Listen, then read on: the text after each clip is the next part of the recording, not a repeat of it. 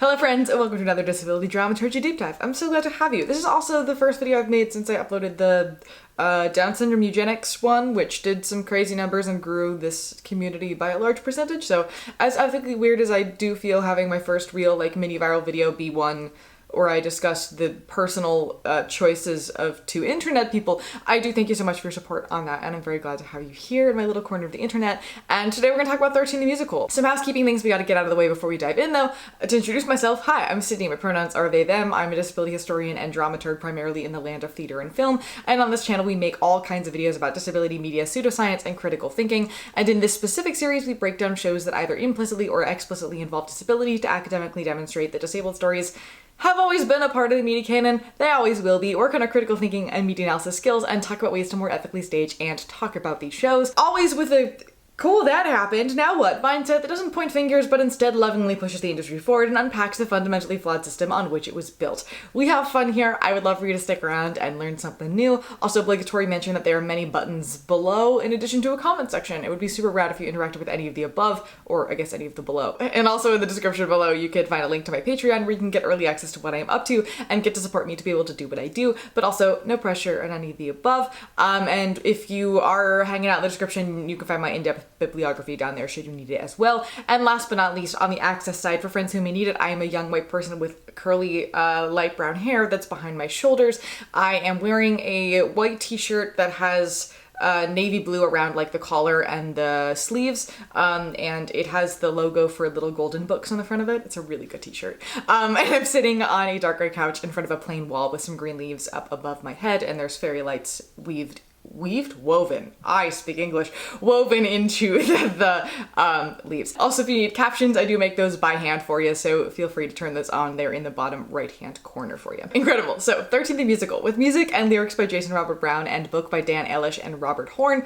13 is probably most famous for being the only Broadway musical ever with a cast and band made up entirely of teenagers, and also being the musical that launched Ariana Grande's career. It had its first premiere in Los Angeles at the Mark Taper Forum in January of 2007. You may remember the Mark Taper Forum as being the home of Children of a Lesser God before it got to Broadway as well. And that version was directed by Todd Graff and choreographed by Michelle Lynch. Its next iteration was at Goodspeed in Connecticut in May of 2008, directed by Jeremy Sams with choreography by Christopher Gattelli, and then opened at the Jacobs Theatre on Broadway on the 5th of October, 2008, closing after 105 performances and 22 previews on January 4th, 2009. They would receive a Drama Desk nomination for Outstanding Lyrics, but that was kind of the extent of its awards recognition. Generally, its reception on Broadway wasn't super fantastic. Specifically, it was compared a lot to High School Musical, which had been such a hit 2 years prior for having a similar sort of over-polished, brash flatness and simplicity to the plot and to the styling of it. Reviewers also noted that the practically wall-to-wall songs didn't really give breathing room for the characters to really be distinguished as individual people. I will say, for me as a viewer, in thinking about Broadway prices, beyond what I know of the life that 13 has had after its Broadway run,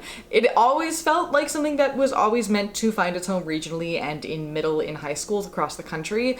There isn't a lot of available history on this musical to know what intentions were really in any direction, and we'll get into that, but sometimes shows that know they won't do fantastically on Broadway go there anyway, just for the name recognition to help boost their popularity in a regional context, and I can't help but wonder if perhaps that was the initial intention here, but I really do not know. It was always going to be a bit of an uphill battle anyway, as shows specifically aimed toward young people in general tend to struggle unless they also know how to tap into what adults fondly remember from being a young person or make them feel like they are a young person again. Some success stories of this being, of course, Spring Awakening, more recently John Proctor's The Villain, but both of these dealt with more adult content through the eyes of young people, so that's also kind of a different thing. And we've also had shows that have been incredibly successful that are primarily made up of children, like Newsies and Matilda, but both of those also have a lot of adults and young adults pretending to be children to balance it out, which sort of covers up some of the issues that come with child-centric casts and gives it more of a grounding force that I feel like 13 as a show is kind of missing. And it's also hard because the demographic who primarily resonate with the thing do not have the credit cards to buy the tickets for said thing,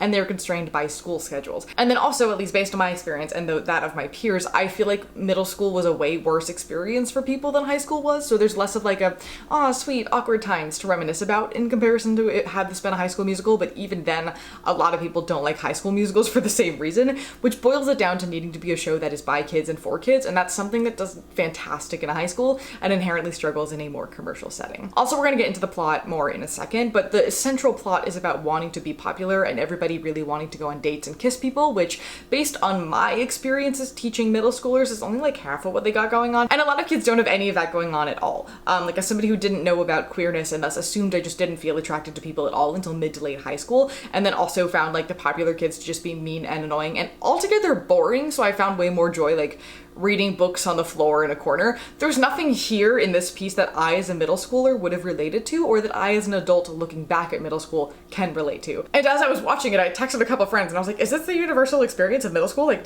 am I broken? Did I miss something? Which is obviously anecdotal, and I don't think anybody's surprised that I was a weird kid. But of all the middle schoolers that I have known and worked with, I don't feel like many of these themes would even resonate with the vast majority of kids. I feel like it would hit maybe 75% of the population, but maybe even less so within the demographic of the weird theater kids who would be paying more attention to the show and paying to come see the show. So that also makes it difficult. I don't mean to drag the show through the mud, because it is a great show. I'm just like theorizing as to why it wasn't as successful in a Broadway capacity, and I think some of those pieces may have been a part of it. But anyway, in 2009, the show was also novelized into a book that came out after the show closed. We'll be talking about this in a bit because I bought it. And then the musical continued to go through revisions and reworkings by the original writing team, which included some subsequent trial productions, including a 6-performance run off-Broadway in 2011, though the first amateur production of it was in 2009. Now, in comparing the MTI license script to the Broadway production, there are functionally little to no changes beyond the existence of a rabbi in the licensed version that does not exist in the show, so I'm a little bit confused because everything that I read seems to imply that major changes took place between versions, and I have not been able to find evidence of that. Perhaps that was the intention that they talked about wanting to do, and then they never actually got around to doing it, and then all of the literature has then gone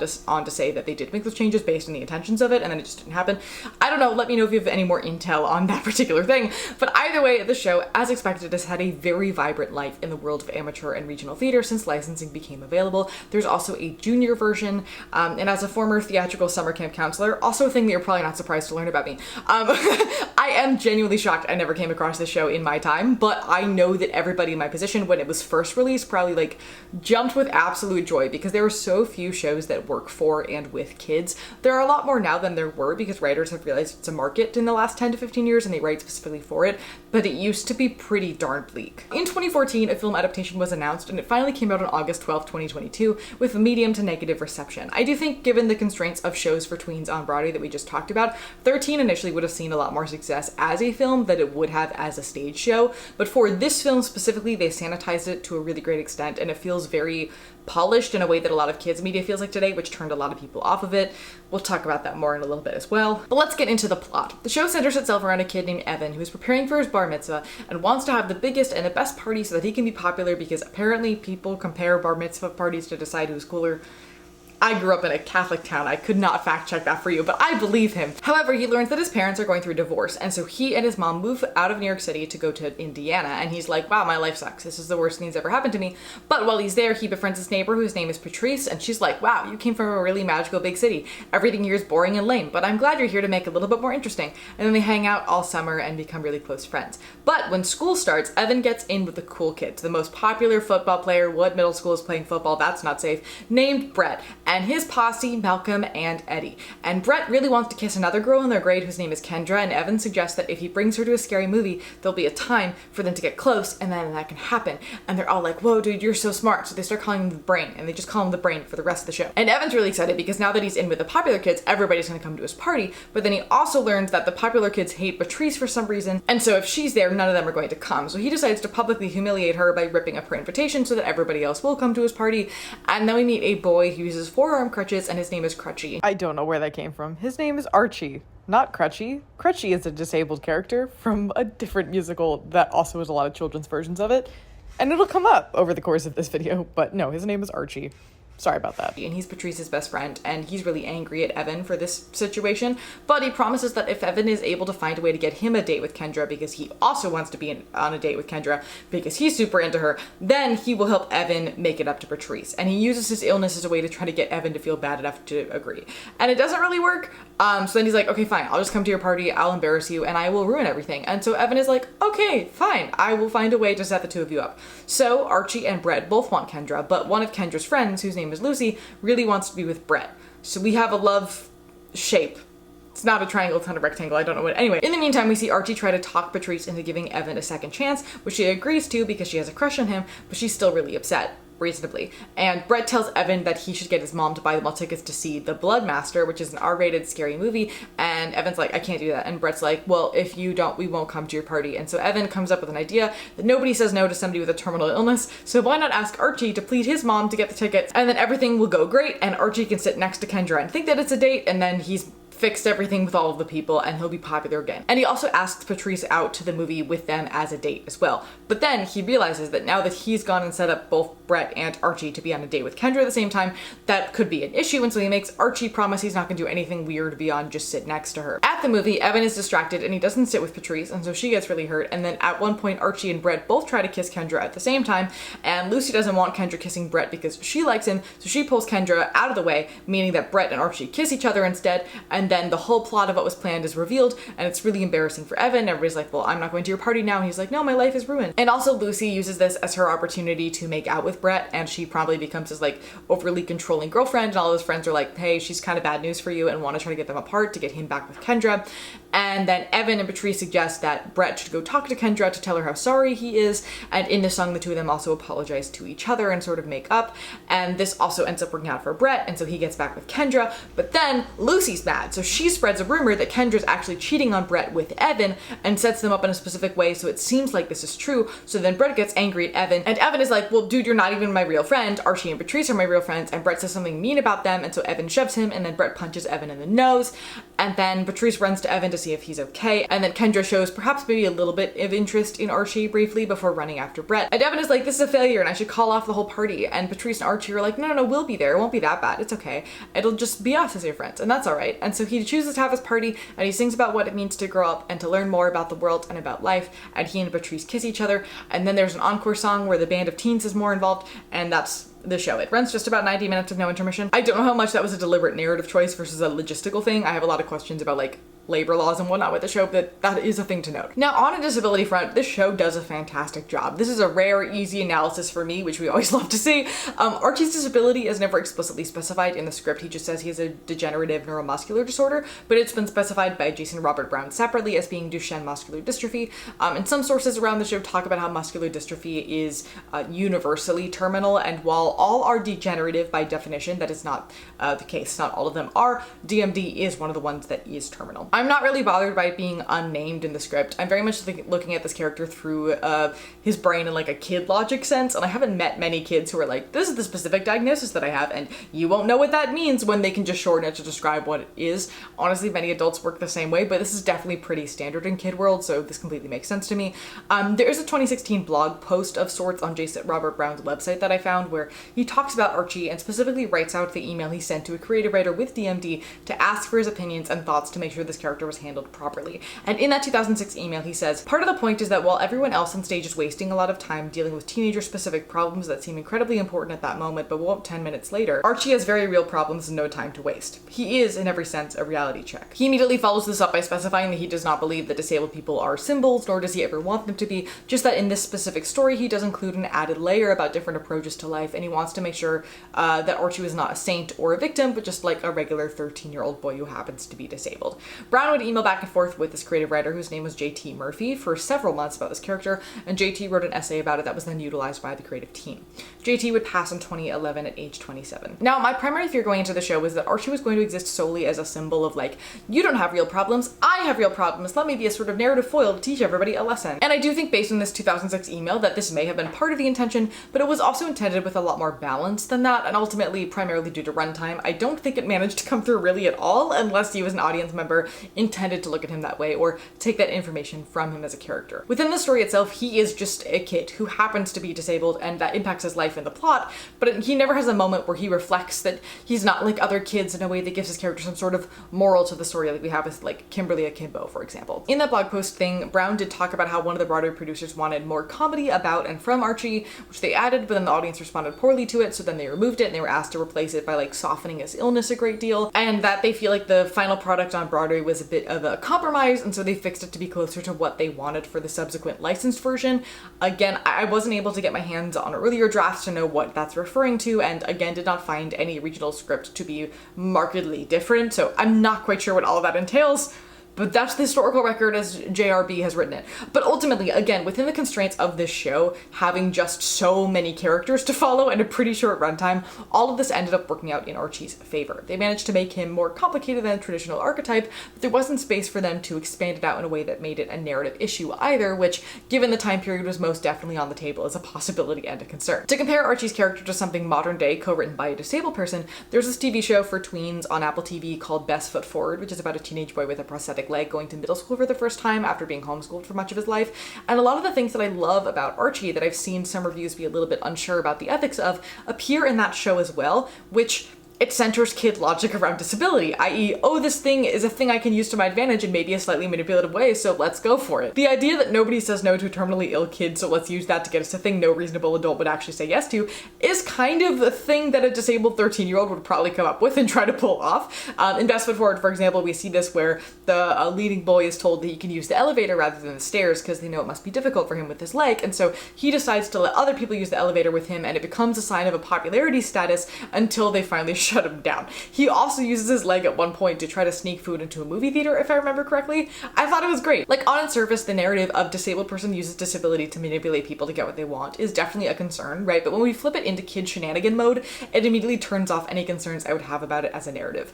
If it goes beyond shenanigans to being genuinely like cruel and manipulative and weird, that becomes an issue, but that's not something that we see in the musical. But we will see it later. But here with this level of shenaniganry, this is exactly how to expect this kid to behave. I also love that it's realistic about him being a little bit weird and people not knowing what to do with him, and so he only has one friend, rather than doing this whole he's popular because he's disabled pity thing we often see in media portrayals of disabled children, or they start out awkward and then end up popular because everybody realizes how brave they are or whatever. Wonder's an example of this. They struck this balance really well here, and it was nice to see a disabled boy not be the super precocious, shares all his wisdom about the meaning of life and proper priorities kind of character like I expected, but rather just a regular kid just as involved in wanting to date a hot girl and care about having attention at school, which seems sort of antithetical to his initial intention as written based on that 2006 email, but it worked really well and I liked it, so we're considering it a win regardless of how it happened, and perhaps he changed his mind a bit or reframed it a bit after discussing with JT for a few months, and that's where this mismatch comes from. I just don't have the data to bridge that gap. I also thought the Tiny Tim joke he makes is fantastic and very on brand. Good work, kid. He has a bit of a sardonic energy to him that works quite well and feels very accurate to that of a disabled child, but sits in between the traditional presentations of disability we tend to see in media, so it automatically makes him feel more multidimensional than he otherwise would. If I have any critique for the show, it would be the use of cripple on a few occasions. I know they use derogatory middle school language from the early 2000s throughout the script. Skank appears a couple times, among other things. That's just a word a lot of people don't tend to realize is a slur, so whenever it pops up, I always feel a little bit weird, especially when it is in children's media. We talked about this as my literal only issue about Newsies on a couple occasions. He does refer to himself as Crip at one point. I'm perfectly fine with that. I just don't love its derogatory use in a couple moments. I will also say the quick line of, I turned 13 and I had to have spinal cord surgery. God, that sucked. In the finale song feels so out of place. Not so much because it doesn't match the priorities of everybody else in the song, because that's like kind of the point, but more that that would have been a thing that we could have delved into in the rest of the show. Maybe? I don't know. It was so randomly thrown into the punch. I was really confused by that. I love that we're not focusing on Archie's medical status for the rest of the show, but then mentioning something as big as spinal cord surgery literally at the end that presumably happens before or right around the events of the musical is incredibly bizarre to me. But overall, Archie in the musical is a win in my book. I don't know how much of that turned out to be accidental versus intentional planning, but it strikes a really good balance of just making him a regular kid without completely ignoring his disability status and how that impacts his day-to-day life and his choices, which can be really difficult to pull off. Now, in reading the book, I became slightly baffled as to how Archie the musical turned out the way that he did, if, based on how this book is described, the best part of writing it was getting to expand out characters beyond what they had time to cover in the show. And while I do maintain that this probably would have been a stronger musical were it 2 acts, if this book is the implied expansion direction they were hoping to go in, I do fear it's worse, and that it should stay as a 90-minute show. In the musical, we sort of have this vibe where the outcasts are the nice kids who stand up for each other and are sometimes selfish, but like they're children. They're more than allowed to do that. And that's like an antidote to the mean kids, whereas in the book, it felt more like Mean Girls, girls, where like the freaks and geeks were better than the terrible ones, but also everybody sucks, which is not great. And the book also makes the bullies a lot worse than they are in the show, to a degree where they are peer pressuring Evan into genuinely dangerous behaviors. I will say, from an improvement on the musical standpoint, there were some things in here that I related to from when I was a kid that made me feel a little bit more connected to this story as an adult in comparison to like the way I didn't feel connected to the musical, again, at least for me. But none of them were positive memories, so that doesn't necessarily mean all that much. Based on the original intentions for Archie, I assumed picking this book up that it would use this extra runtime, for lack of a better descriptor, to turn the Archie of the musical into more of an inspiration porn kind of character.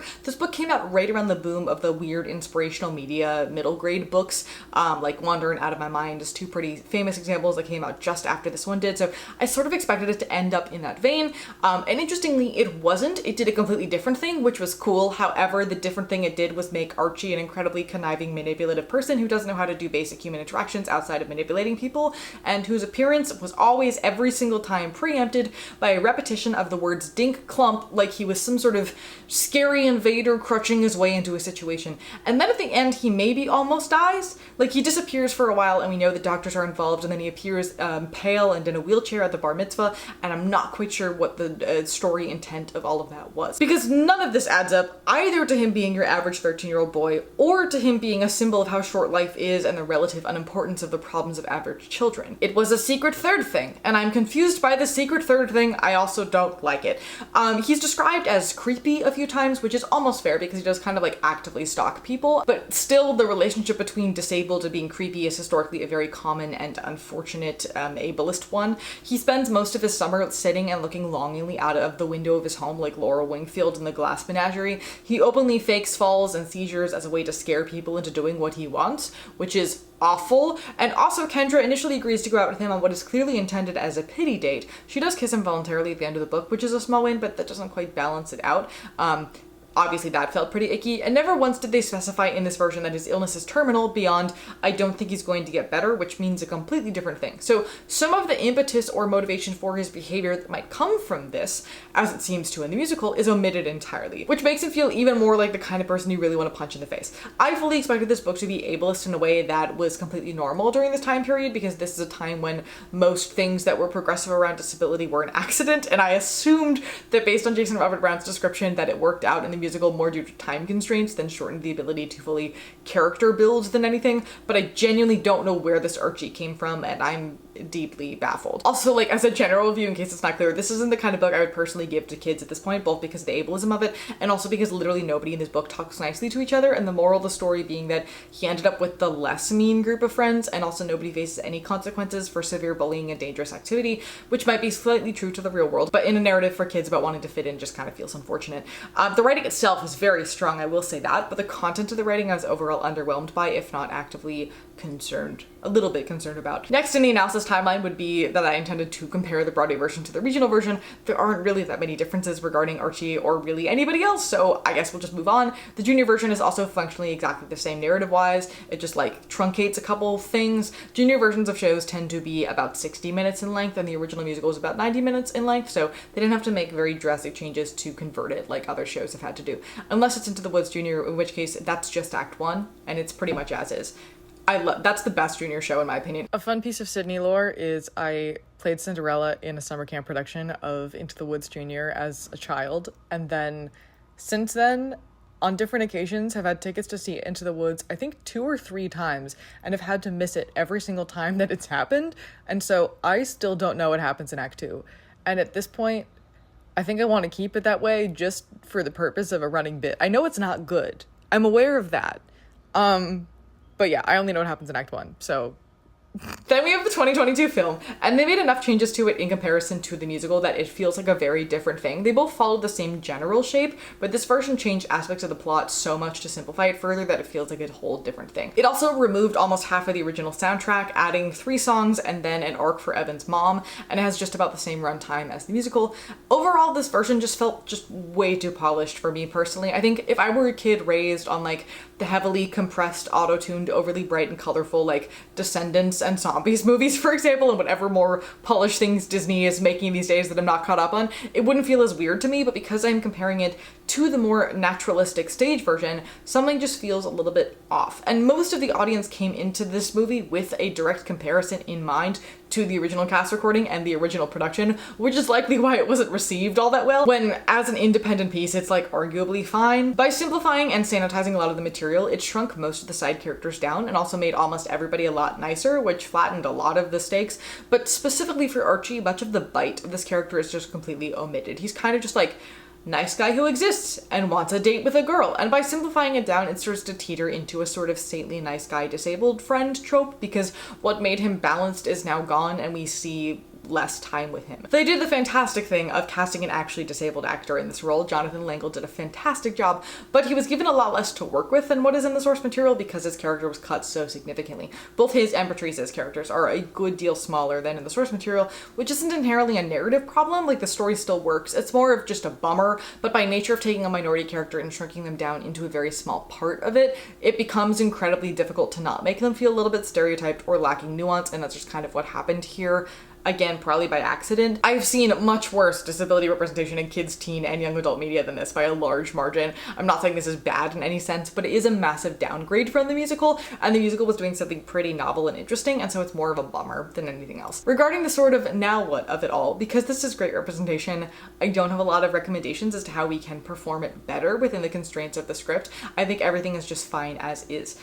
There is the discussion, of course, of authentic casting, which generally I do advocate for and feel to be very important. I would love to see happen with a show where possible. But that being said, if it's happening as a, well, we have one disabled student, so by default they're going to play the disabled role and we won't think about them as any other character, that's a problem. If this is the perfect show for your group of kids and you don't have any disabled children, statistically you do, they and you just might not know about that. That's beside the point. I don't think that should preclude you from doing it as long as you come at it thoughtfully and discuss the nuances of it. If you're watching this and you're like, Sydney the disability advocate is saying non-disabled people should play disabled roles, are they okay? It's important to remember that one of the primary reasons we campaign for disabled people in disabled roles is because non-disabled people almost always win Oscars when they play disabled roles, while disabled people are often just seen as being themselves rather than actors in any capacity. It's because disabled people aren't hired for roles in general, and so at the very least should be hired for disabled ones. And then there's also, of course, the piece about how uncomfortable and perhaps unethical it is to see somebody crip up, which is when somebody pretends to be disabled when they aren't. But the hiring piece does not factor in when we're looking at a group of children. I would love to see disabled kids play this role. It would definitely be weird to not cast a disabled kid in the role if a disabled kid auditioned and wasn't given a part in the show at all. But generally this is one of those places where I am more than willing to give leeway on this matter here from a casting sense, as long as it's handled responsibly and the conversation is had. Actually, one of the reasons that I started this disability dramaturgy series in the first place is because about once a month I used to get an email from some kid somewhere in the world who was non-disabled, and they were cast as Crutchy and Newsies, and they felt guilty about it and they were scared and didn't know how to handle it properly, and so they reached out to me for help. It literally happened all the time. That's also part of why I've been trying to knock off the most popular regionally done shows at first, or the historical bases for entire side disability representation, before I get to the fun, weird, lesser known shows or like the things I have had canons and disability readings about that aren't as much in the source material, because I'm trying to limit people who have that experience as much as possible, and then we'll get to the other stuff I want to cover. But it made me sad that there aren't resources around how to ethically handle something like this. The primary focus is just disabled people should always play disabled roles, when sometimes, regionally, on some occasions, a show is perfect for a group of people and just happens to have one disabled character in it, and it would be a real shame for that show to not get done for that reason. Again, this does not apply to any equity theater. This does not apply to any professional theater that's paying their actors in any capacity. This also does not apply to shows that center themselves around a disabled character, like, say, The Glass Menagerie or The Curious Incident of the Dog in the Nighttime. I'm specifically talking about community theaters and schools that choose to do fantastic and very unique shows like Newsies or like this one. I think it's fine, as long as it's done carefully and deliberately with a lot of thought around it. And that kid is given resources to process it and all of that, because I think we sometimes forget that the younger generations are very focused on proper representation and do get immensely stressed out about stuff like that. Again, it broke my heart to get these emails that constantly. That could have been very prevented by a teacher having a conversation about it with the kid, and that would have dropped their stress level from like a 10 to a 2. To be clear, I am so glad that younger generations care about this. Every time I got one of these emails, I was like, you know what? The kids are all right. I love that this is a thing that they're thinking about and are conscious of and are worried about. So to be clear, you're allowed to be stressed about this and to care about this. I'm just also saying, it should not be world ending, especially if you are under the age of 16 years old. A little industry secret from the disability theater side is it's not all that uncommon for disabled people with one disability to play a different one they don't have due to scarcity or logistics, and they go through the same level of research and thought and ethical processes as a non-disabled person playing a disabled role would. Obviously, it's not quite the same thing, right? But even we sometimes have to research how to portray a certain disability properly that we don't have, ethically and with care, and you will not get smote down from the heavens for it. Nobody's coming to kill you. I actually anticipate this is what we might see with Nessa Rose in Wicked on Broadway going forwards in this direction, actually, where we're going to see otherwise people who aren't wheelchair users in this role, which is complicated for sure, and people are going to have a lot of opinions about that in many different directions, but it's not something I would be that mad about because we're still employing disabled people, and that's the point. Anyway, I've gone off on a tangent, but the TLDR is a disabled actor playing Archie would be swell and ideal, but if that's not possible, or if it's only possible via shoehorning your only disabled kid into that role rather than having them play whatever character fits who they are as a person, that is totally fine and something that happens sometimes, and you won't get burned at the stake for it, and if somebody threatens to do so, you can direct them to me. I will have your back. Unless you're professional theater, in which case the choice to hire a non-disabled actor is cowardly of you. Somehow, even today, in the year 2026, we are seeing major equity theaters doing Newsies and casting non-disabled people as Crutchy, and I know disabled people who have gone in for the role. I know that they have done it. I know that they are good for it. I'm so confused. Anyway, okay, so that's all that I have on this particular musical. This is a pretty simple analysis, which I'm very grateful for. I'm working on 2 other pretty hefty ones for quite some time. They will all come out over the next couple of months, so you should stick around for that. Let me know your thoughts below, what relationship you have to this piece if you grew up with it, for example. Thoughts on the movie, anything at all, I would be so happy to hear it. And as always, thank you for being here, thank you for being. Remember, critical thinking is really sexy, and I look forward to seeing you, my dear, in the next one.